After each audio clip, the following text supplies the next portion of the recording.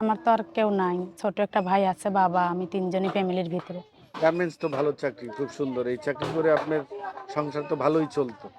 চলছে কোনো রকম। কোনো মাসে বেতন পাইছি, কোনো মাসে পাই নাই। গার্মেন্টসের এগুলি ঝামেলা আছে। তো আসলে আ সোনালী আপু আজকে আসলে প্রতিবেদনে আসার কারণ কি? আপনি বিয়ে করছেন? না, বিয়ে হয়নি? না, বয়স কত আপনার? ১৮। ১৮ বছর। আজকে আসলে মূলত কেন আসছেন?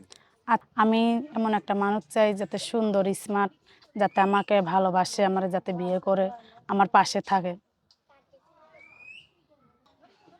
আমার বাবাটা অসুস্থ, তো কাজটা ছেড়ে দিয়ে এসে পড়েছে। এখন আমার কাজটাও নাই। এখন যে আমি কি করব আমি ভাইবে পাইতেছি না। সেইজন্য আমার প্রতিবেদনও আসা। যদি কোনো ভালো ছেলে আমাকে বিয়ে করতে চান, স্মার্ট ছেলে, আমারও তো বিয়ের বয়স হয়েছে। আমার তো আর এভাবে আমার সংসারই চলবে না। প্রেম ভালোবাসা করছেন? না, কেন? জীবনে আসে নাই? আসছে। গার্মেন্টসের মানুষ তো জানেন কেমন। প্রেম ভালোবাসার নামে তারা চলাফেরা করে, তারা ভালোবাসে না। তারা অন্য পদের। আর আমাদের গ্রামের অঞ্চলের মানুষ একদমই ভালো না। সেই জন্য আমি প্রেম ভালোবাসা করিনি। অনেক মানুষই এসেছে, আমি করিনি প্রেম ভালোবাসা।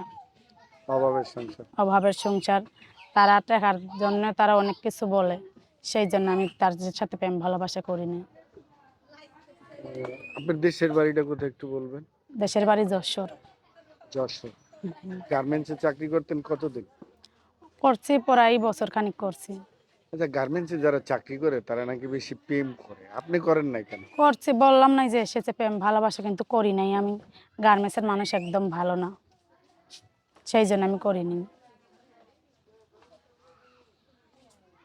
কি ধরনের ছেলে চাচ্ছেন আপনি? যেমনই হোক যাতে আমার পাশে থাকে, আমাকে ভালোবাসে, সেই ধরনের মানুষই চাই আমি। কি ধরনের ছেলে